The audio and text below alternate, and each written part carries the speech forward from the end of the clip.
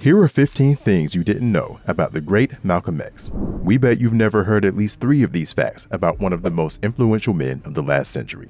Make sure you hit that subscribe and like button. 15. Middle school dropout. The American education system has historically always been a point of contention with the black community. So much so that some of our greatest figures never received a high school diploma. Some even never finished middle school. Malcolm Little was born in Omaha, Nebraska, but spent the latter half of his school years in Lansing, Michigan. The middle child of 7 kids, young Malcolm excelled in school. He would often earn the highest honors and was considered one of the best and brightest in his classes. Young Malcolm even enjoyed going to school and had dreams of one day becoming a lawyer. However, things soured once he expressed his lifelong goals with his 8th grade teacher. According to his autobiography, Malcolm told his teacher his ambitions about one day trying cases as a lawyer. His teacher replied, "That was no realistic goal for someone of his race." Young Malcolm was devastated and eventually became disenchanted with school, leading him to drop out at the age of 14, move to Boston with his sister, and enter the workforce. Encounters like this with white society hardened Malcolm's beliefs that the white world offered no place for a career-oriented black man, regardless of talent. 14. Exceptional parents. Malcolm was definitely a chip off the old block. His oratory skills, leadership qualities, and thirst for knowledge were not random qualities, but rather genetic traits. Both of Malcolm's parents were exceptional. Malcolm's mother, Louise Helen Little, was born in Grenada, the granddaughter of slaves and the daughter of a non-consensual relationship between her mother and a white man. Louise became a fierce woman. She was fluent in several languages, French, English, and Creole. After immigrating from Grenada to Montreal, she was introduced to Garveyism and the United Negro Improvement Association. Garveyism is an aspect of black nationalism that refers to the economic, racial, and political policies of UNIA founder Marcus Garvey. As part of the UNIA, Louise was a secretary and reporter for her local chapter. Here is where she also met Malcolm's father, Earl Little. Earl Little was born on July 29, 1890, in Reynolds, Georgia. Earl developed a hatred of white people, as 4 of his brothers were murdered by white men, with one being lynched.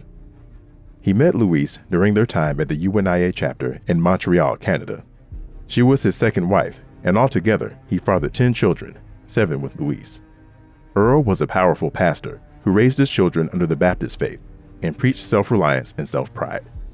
As a leader at the church and the UNIA, he became a local outspoken advocate within the community. He would give speeches not only in church, but also at assembly halls and on street corners. Earl's oratorical powers inspired the black community and set fear into local races, so much so that he and his family were forced to relocate a couple of times in the face of violent retributions by the white terrorist organizations Ku Klux Klan and the Black Legion. Unfortunately, Earl Little also met a violent ending. By several accounts, Earl was beaten and left to be struck by a streetcar. However, officials ruled it a suicide. As for Louise Little, after the death of her husband, she struggled to make ends meet before experiencing a nervous breakdown. She was institutionalized and remained committed for almost 30 years. 13. Papa X. He was known by many names, but he loved being called Daddy. In 1955, Malcolm met Betty Sanders during one of his lectures. In 1956, Betty joined the Nation of Islam and changed her name to Betty X. After several years of courtship, in 1958, Malcolm proposed to Betty during a telephone call. They married 2 days later.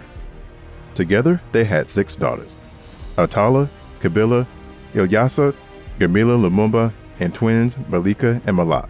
All of his daughters were named after powerful people, including Atala, who was named after Attila the Hun, and Gamila, who was named after Patricia Lumumba. Malcolm spent a lot of time advocating for self-reliance and preaching the teachings of Elijah Muhammad and the tenets of Islam, but he loved being at home with his girls. He would often take them to the beach while he would write his speeches. At home, he would read poetry and advocate for Betty to let him cook, for which, according to his widow, he never not once cooked. It was hard for his critics to imagine Malcolm as a doting family man. Even his supporters tried to suppress that image of him in fear that it would weaken his fight. On the contrary, Malcolm's advocacy included strong family values and keeping the family as a foundation of a strong society. Tragically, their last image of their father was complete brutality. In front of 4 of his daughters, Malcolm was gunned down while giving his final speech. 12. Frenemies. Did you know that Malcolm X was almost murdered by someone he considered a friend? Before Malcolm Little became Malcolm X, He was known in the streets as Detroit Red, or simply Red. After dropping out of school, Malcolm bounced from living in Boston with his sister to eventually settling in Harlem, New York. He worked odd jobs like shoe shiner and waiter for the New Haven Railroad. While working as a dishwasher, he ran across an aspiring comedian named John Sanford. Both men had naturally red hair, so Sanford, being from Chicago, started to adopt the moniker Chicago Red, while Malcolm became known as Detroit Red. On the streets of Harlem during the 1940s, Detroit Red was engaged in pimping, racketeering, burglary, drug dealing, and gambling. His involvement with the underworld caused him to cross paths with one of his biggest players at the time, West Indian Archie. West Indian Archie controlled the numbers game in Harlem, but wasn't your run-of-the-mill street criminal. West Indian Archie had this amazing ability to memorize numbers and sequences, a skill set that Malcolm believed would have made Archie a scientist, physicist, or astronaut, if not for the lack of opportunities black people were presented with at that time. Archie took a liking to Red and showed him the ins and outs of the numbers game. However, things soured because of a bet gone awry. Red claimed he placed a bet with Archie that netted him $300, but Archie didn't recall Red placing such a bet. Because of Archie's reputation of being a human computer that doesn't need to write down his bets, if a claim that he forgot a bet was to get out, his business and reputation would suffer. So after paying out Red's winnings, West Indian Archie later believes Red was lying and orders him to repay his claimed earnings. After missing his imposed deadline, Archie intends on reclaiming his money and unaliving Detroit Red in the process. Archie tracked down Red, and as he pursued, shots were fired toward Red. Archie missed, and the rest is history. 11. World War II veteran. Almost. Sergeant First Class Malcolm Little? Maybe in a different timeline, but did you know he was actually drafted for service during World War II? When Germany invaded Poland on September 1st, 1939, it kicked off the Second World War. The U.S. was hesitant to enter the war, but to prepare, they began drafting able-bodied young men in October of 1940. One of those men summoned to the draft abroad was Malcolm Little. Still in his late teens, Malcolm was just the right age to join Uncle Sam's military. The 6'4" young man out of Nebraska was surely fit enough to pass the physical requirements, but also slick enough to find a way out. To get drafted, you must not only be of sound body, but of sound mind.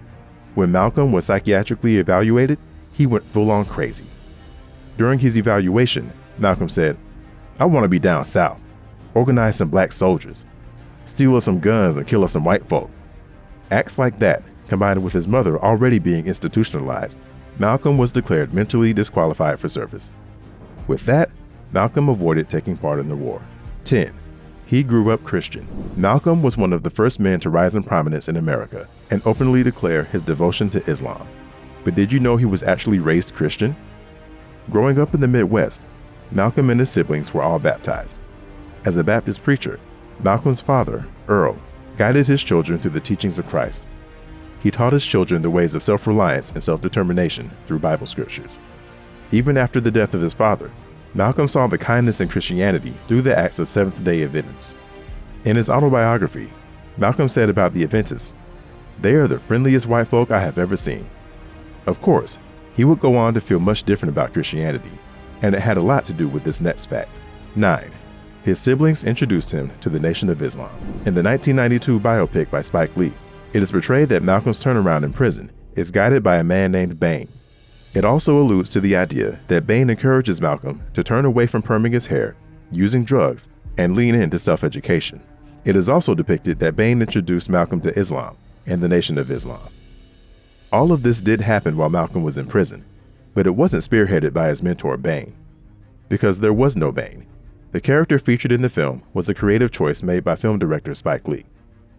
Malcolm's turnaround in prison was a combination of factors, but for certain, his introduction to Islam and the NOI was because of his siblings.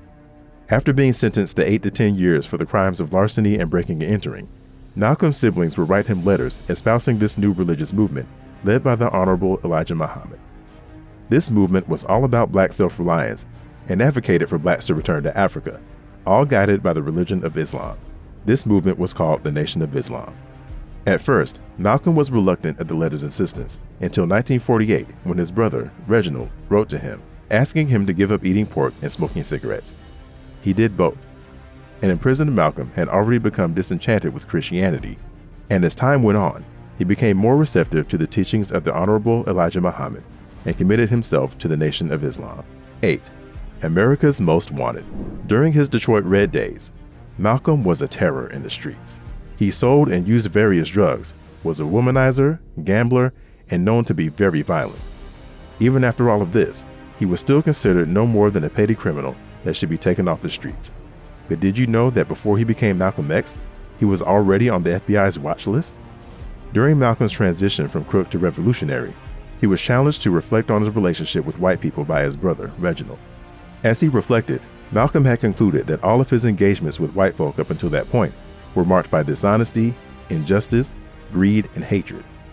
As he continued his self-education of American politics and its systems of oppression, Malcolm became inspired to create change. In 1950, now anointed by the Honorable Elijah Muhammad as Malcolm X, he wrote a letter to President Harry Truman. In the letter, Malcolm expressed his opposition to the Korean War and declared himself a communist. That letter landed Malcolm on the FBI's watch list from then until his death. You're never going to believe these next few facts about Malcolm X. 7. He helped grow the NOI by 10,000%. After Malcolm was released from prison, he left his life of crime, swine, and drugs behind. After he was granted parole in 1952, Malcolm visited Elijah Muhammad in Chicago.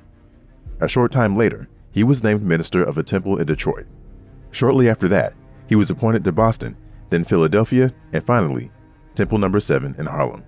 During his run as minister for the NOI, it is believed that Malcolm X led the surge in membership growth. From 1952 till his fallout with the nation in the 1960s, membership went up from 1,200 to 100,000. At 6'4", 180 pounds, red hair plus charm and command, Malcolm led thousands of people to the teachings of the Nation of Islam. His powerful speeches and message of self-reliance made him the second most powerful man in the NOI behind Elijah Muhammad. At one point, it is estimated that Malcolm-led temples were pulling in close to 200 converts every month. His most famous recruit was a young black boxer from Louisville, Kentucky by the name of Cassius Clay. After joining the NOI, the world began to call him Muhammad Ali. 6. He had a creative side. All great men have a hobby where they showcase their creativity. Some try out board games like chess, others try ballroom dancing, painting, or guitar lessons. But do you know what Malcolm enjoyed? Photography. If you look through the photos taken of the great civil rights leader, you'll often see images of him holding a camera. Malcolm was known to carry film cameras with photo and video.